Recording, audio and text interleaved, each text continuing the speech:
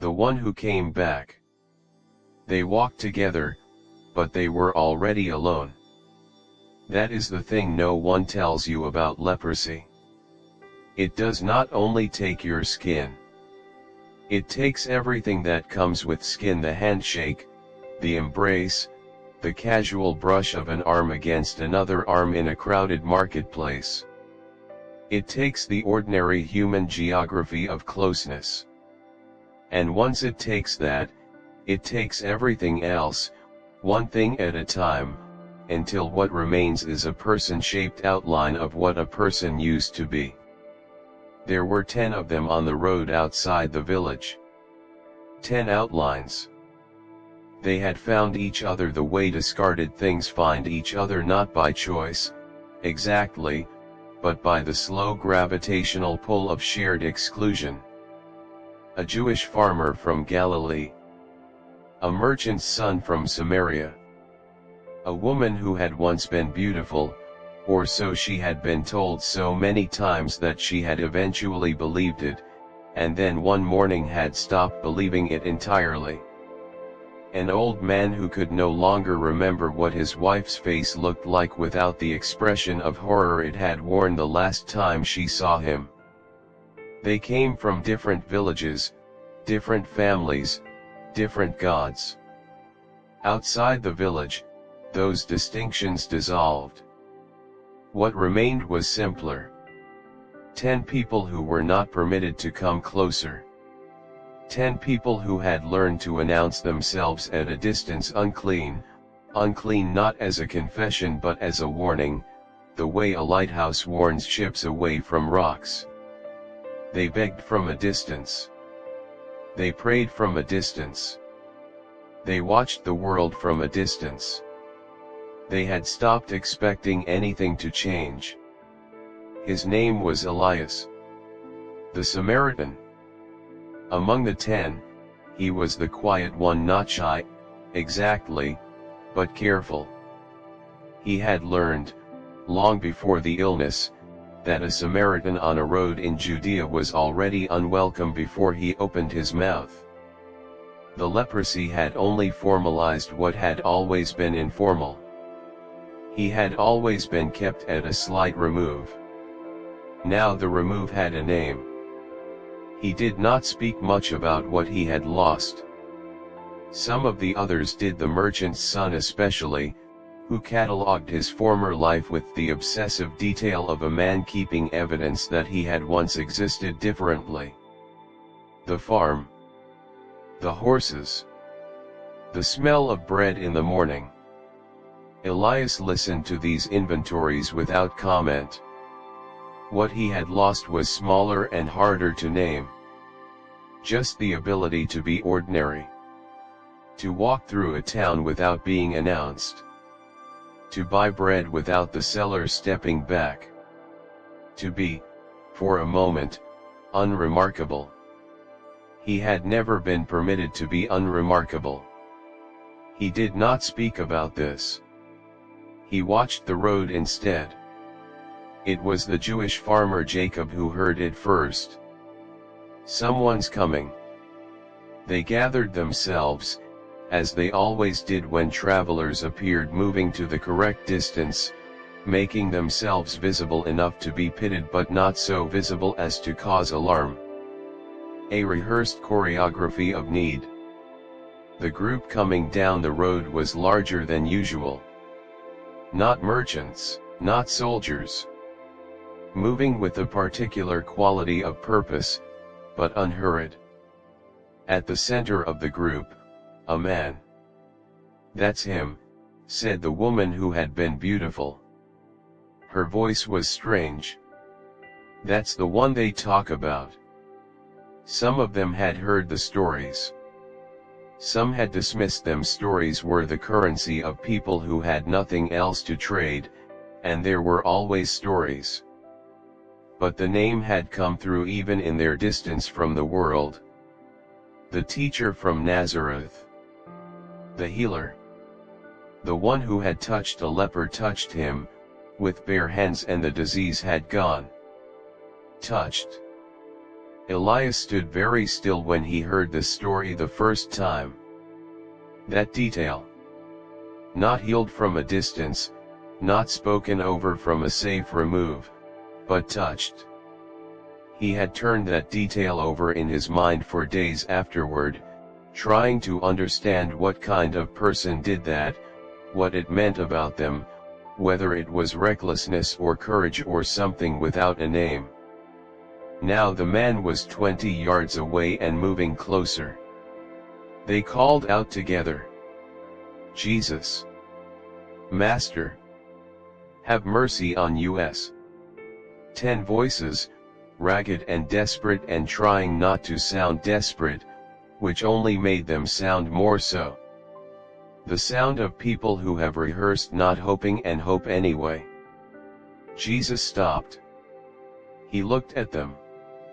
Elias had been looked at in many ways since his illness, with horror, with pity, with careful professional blankness by the priests who had confirmed his condition and sent him away. He had catalogued the varieties of being looked at by someone who considered him a problem. This was not any of those. He could not have described it exactly. It lasted only a moment. But it was the look of someone who sees you, specifically you, not the condition attached to you or the category you've been placed in or the warning you've become to others, just you, the person inside all of that, the person who still existed despite all of that. Elias felt something crack open in his chest. "Go show yourselves to the priests." That was all. No dramatic gesture. No touch, not this time. No thunder.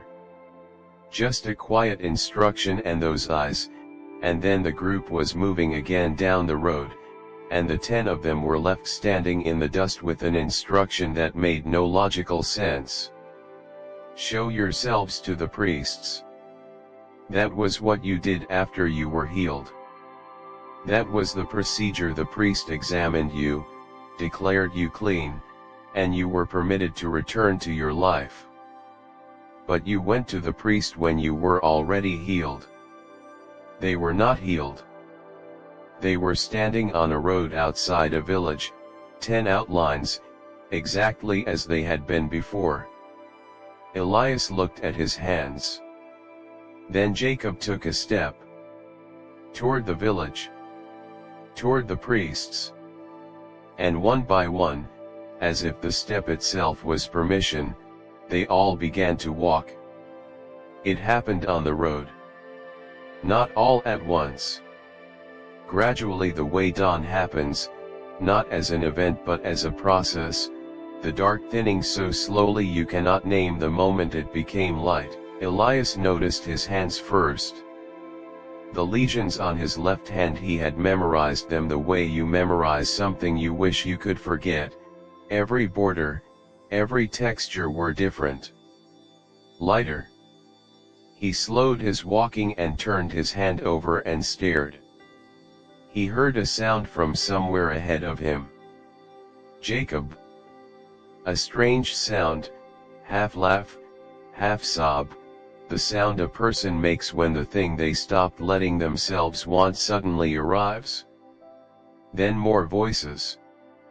All of them, one after another, looking at themselves, looking at each other, and the road filling with that sound, uncontrolled, unprepared, the sound of 10 people discovering simultaneously that they are, without any warning, themselves again. Elias stood in the middle of it. His skin was smooth. He turned both hands over, slowly, and they were smooth, not scarred, not marked, not bordered and numbered and memorized, just hands, ordinary hands, unremarkable.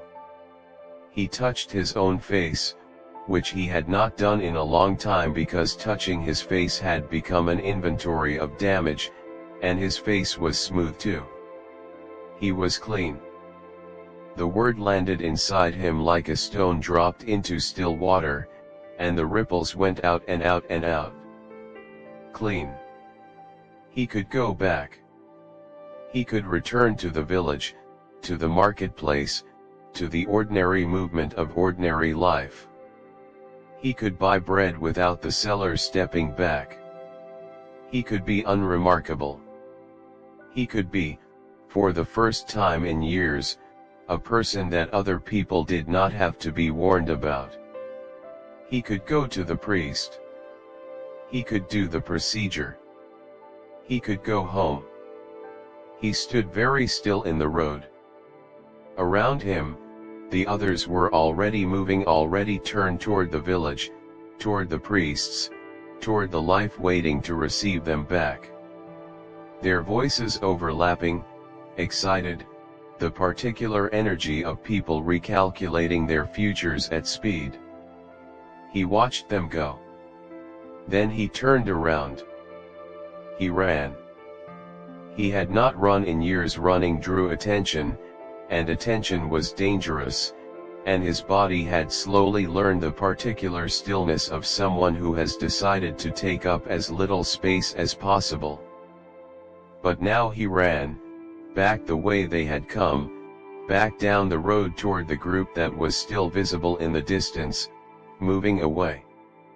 "Wait," he heard one of the others call after him. "Elias, the priest." He ran harder. He caught them at a bend in the road. Came around the corner at a full run and then stopped, because there he was, the teacher, 20 feet away, and the disciples around him watching this Samaritan arrive, breathless and wild-eyed with an expression that was hard to interpret. Elias fell. Not dramatically. Not with ceremony. His legs simply gave out, and he was on his knees in the dust of the road, and then his forehead was against the ground, and he was weeping and speaking, though the words were barely coherent, just gratitude in fragments, spilling out without structure.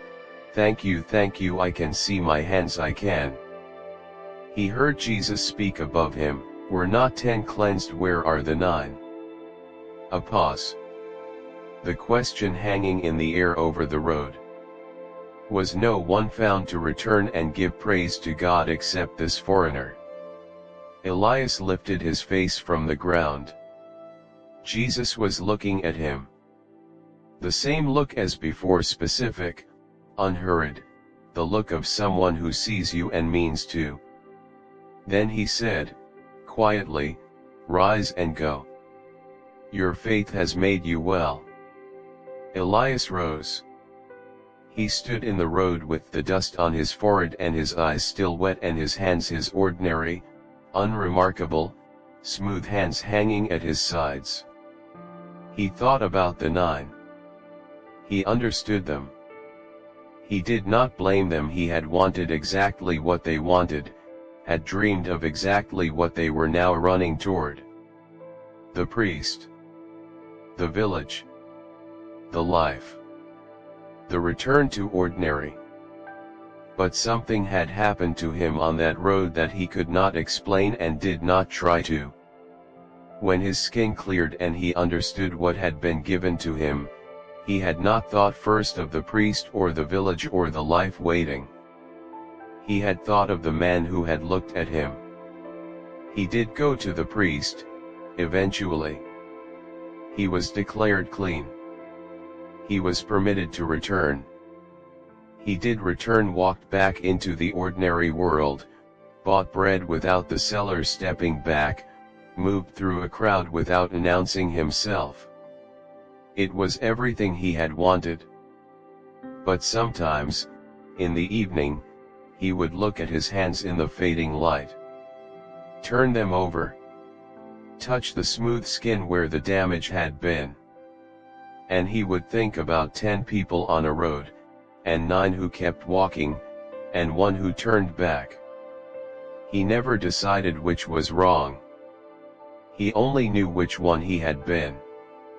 And he knew in whatever place inside a person such knowing lives that the moment he turned back, before his knees hit the dust, before he said a single word, he had already been seen.